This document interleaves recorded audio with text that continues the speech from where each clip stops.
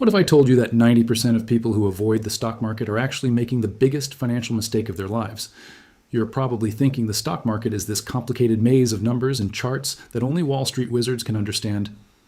But here's the truth that might shock you. Understanding how the stock market works is actually simpler than learning to drive a car, and the potential rewards are absolutely life-changing. Today, we're going to break down exactly how the stock market operates, from the very basics to the insider knowledge that most people never learn. By the end of this video, you'll understand why ignoring the stock market could cost you literally millions of dollars over your lifetime, and more importantly, you'll know exactly how to start building real wealth even if you only have $20 to your name. Let me start with a story that perfectly illustrates the power we're talking about. Back in 1997, if you had invested just $1,000 in Amazon stock, today that investment would be worth over $1.5 million. That's not a typo. $1,000 turned into $1.5 million. And Amazon isn't some rare exception. This is how wealth is actually built in America. But before we dive into the mechanics of making money, we need to understand what we're actually dealing with when we talk about stocks and the stock market. Think of it this way. When you buy a stock, you're not buying some mysterious financial instrument. You're buying a tiny piece of an actual company. If Amazon had exactly 1,000 shares in existence and you bought one share, you would literally own 1/1000th of Amazon. In reality, companies have millions or even billions of shares, but the concept remains exactly the same. When you own stock in a company, you become what's called a shareholder. This means you have a real ownership stake in that business. As the company becomes more valuable, your piece becomes more valuable too. It's really that straightforward. Now, there are different types of stocks with different rights attached to them. Common stocks give you voting rights in company decisions, while preferred stocks give you priority when the company pays dividends, which are basically profit-sharing payments to shareholders. Here's where it gets interesting. Companies don't just sell stocks for fun.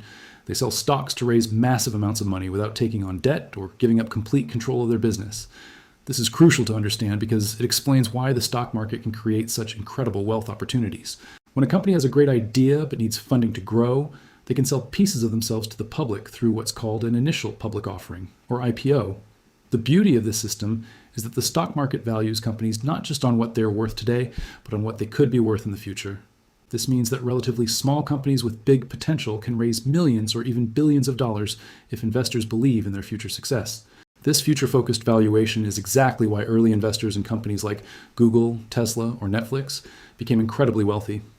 Now let's talk about how stock prices actually move, because this is where most people get confused and intimidated. The stock market is essentially a massive auction house that operates every single trading day. Millions of people are constantly making decisions about whether to buy or sell shares of different companies. When more people want to buy a stock than sell it, the price goes up. When more people want to sell than buy, the price goes down. It's pure supply and demand. Here's a simple analogy that makes this crystal clear. Imagine you're selling something on an online marketplace for $100. If you suddenly get 50 people messaging you saying they'll pay full price right now, you'd probably think you priced it too low and raised the price. You'd keep raising it until you find the highest price that one final buyer is willing to pay. The same thing happens with stocks, except instead of one person consciously setting prices, millions of transactions every second automatically determine the price through supply and demand. Every time you buy or sell a stock, there has to be someone on the other side of that transaction. If you're buying, someone else is selling at that exact price. If you're selling, someone else thinks that stock is worth buying at that price. This creates what traders call the bid-ask spread, which is simply the difference between what buyers are willing to pay and what sellers are willing to accept. In the early days of stock trading, matching buyers and sellers was done manually on trading floors by people shouting and waving their arms. Today, it's all handled automatically by lightning-fast computer systems. This automation is why you can buy or sell stocks almost instantly and why stock prices can change hundreds of times per minute. But here's what most people don't realize about how the stock market actually operates behind the scenes. There are three main types of participants, and understanding their different motivations is key to understanding how everything works together. First, you have market makers. These are specialized firms that literally make the market function by always being ready to buy or sell stocks. They profit from the tiny differences between bid and ask prices, and they don't really care whether stocks go up or down. They just want trading activity because that's how they make money. Think of them as the middlemen who keep everything flowing smoothly. Second, you have institutional investors. These are the big players: pension funds, mutual funds, insurance companies, and hedge funds. They're managing enormous amounts of money and typically focus on long-term returns. When you hear about someone's 401k or retirement account, That money is usually being invested by institutional investors on behalf of millions of individual people. Third, you have individual retail investors like you and me. We might be investing our own money for retirement, saving for a house, or just trying to build wealth over time. Retail investors used to be at a huge disadvantage, but technology has leveled the playing field dramatically over the past few decades. The stock market operates through organized exchanges, and there are several major ones you should know about. The New York Stock Exchange is the largest and most famous, where many of the biggest, most established companies trade.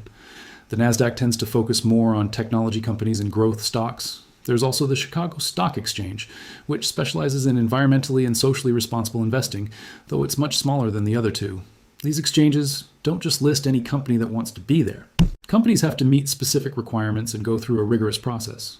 When a private company decides to go public through an IPO, they're essentially changing from a business owned by a small group of people to one owned by potentially millions of shareholders. This brings us to a crucial distinction that most people don't understand: the difference between primary and secondary markets. The primary market is where new stocks are first sold during IPOs. This is typically limited to large institutional investors and very wealthy individuals. It's extremely difficult for average people to buy stocks in the primary market, but this is also where some of the most dramatic wealth creation happens. The secondary market is where you and I can actually buy and sell stocks. This includes all the major exchanges we just talked about. When you buy a stock through your brokerage account, you're buying it from another investor in the secondary market, not directly from the company itself. Now let's talk about why you should care about any of this. The simple mathematical reality is that keeping your money in traditional savings accounts is actually a guaranteed way to lose purchasing power over time. With inflation averaging around 3% per year historically, and most savings accounts paying less than 1% interest, your money is literally becoming worth less every year you leave it sitting there. The stock market, on the other hand, has historically returned an average of about 10% per year over long periods. This might not sound like a huge difference, but the power of compound growth makes it absolutely life-changing. If you invested $500 per month in the stock market starting at age 25, assuming average historical returns, you'd have over $1 million by age 65. If you kept that same money in a savings account, you'd have barely over $200,000. But here's where it gets really interesting. These are just the average returns. Individual stocks can do much better than the overall market average. We already mentioned Amazon's incredible performance, but it's not alone. Netflix has returned over 40,000% since 2002. Apple has returned over 1,000% just since 2009. Tesla returned over 800% in 2020 alone. Now, I'm not suggesting you put all your money into individual stocks hoping for these kinds of returns. That would be gambling, not investing. But these examples show the wealth building potential that exists in the stock market for people who understand how to participate intelligently. So, how do you actually get started? The first thing you need is a brokerage account.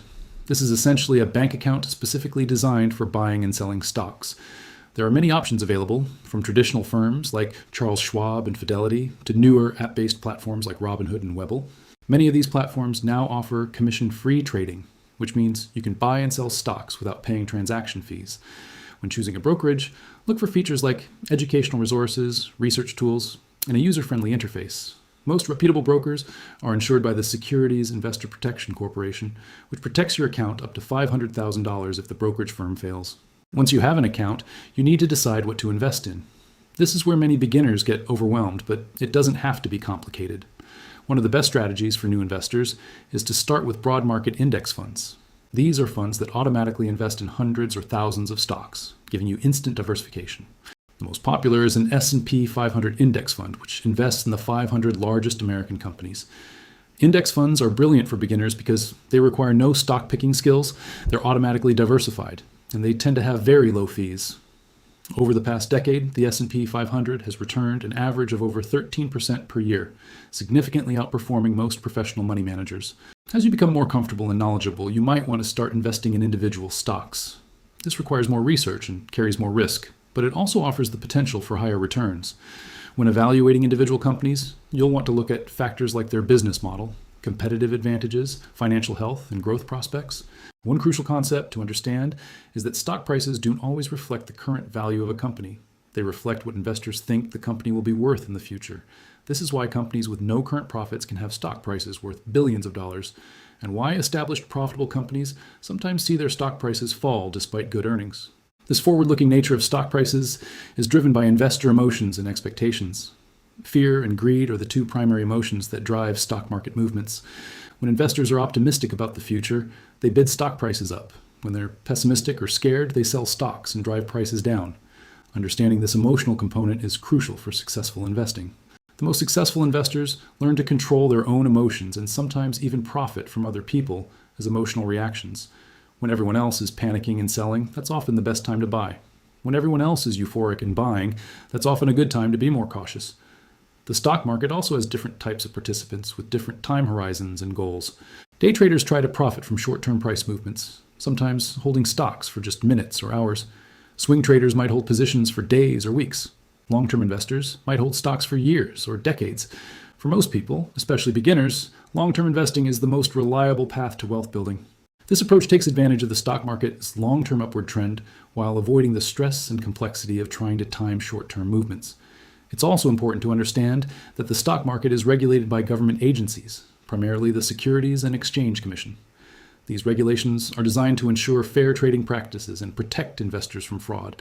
While the stock market does involve risk, it's not the Wild West that some people imagine. One common misconception is about insider trading. It's perfectly legal for company executives to buy and sell their own company's stock, as long as they follow proper disclosure procedures. What's illegal is trading based on material non-public information, or sharing that information with others who then trade on it. The key to successful stock market investing is education, patience, and consistency. Start by learning the basics, begin investing small amounts you can afford to lose, and gradually increase your knowledge and investment amounts over time. Don't try to get rich quick or time the market perfectly.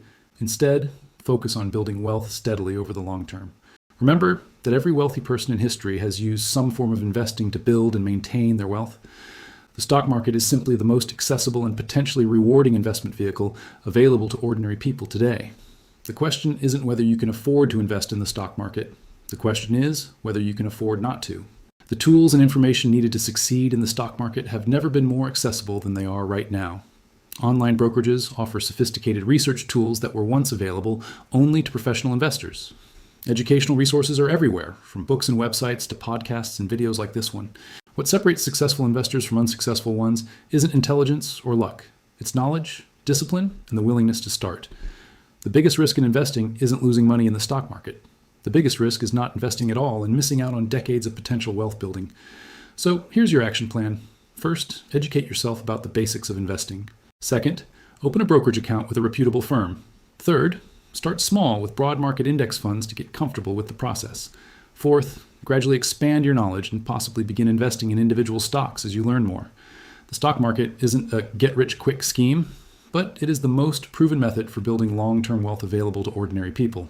Every day you wait to start is a day of potential compound growth that you're giving up forever. The best time to start investing was 20 years ago. The second best time is right now. Do not let fear or confusion keep you from participating in one of the greatest wealth-building systems ever created. With the knowledge you've gained from this video and a commitment to continuing your education, you have everything you need to start building real wealth through stock market investing.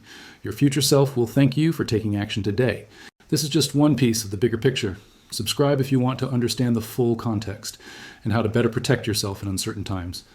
And the video on screen takes this story one step further.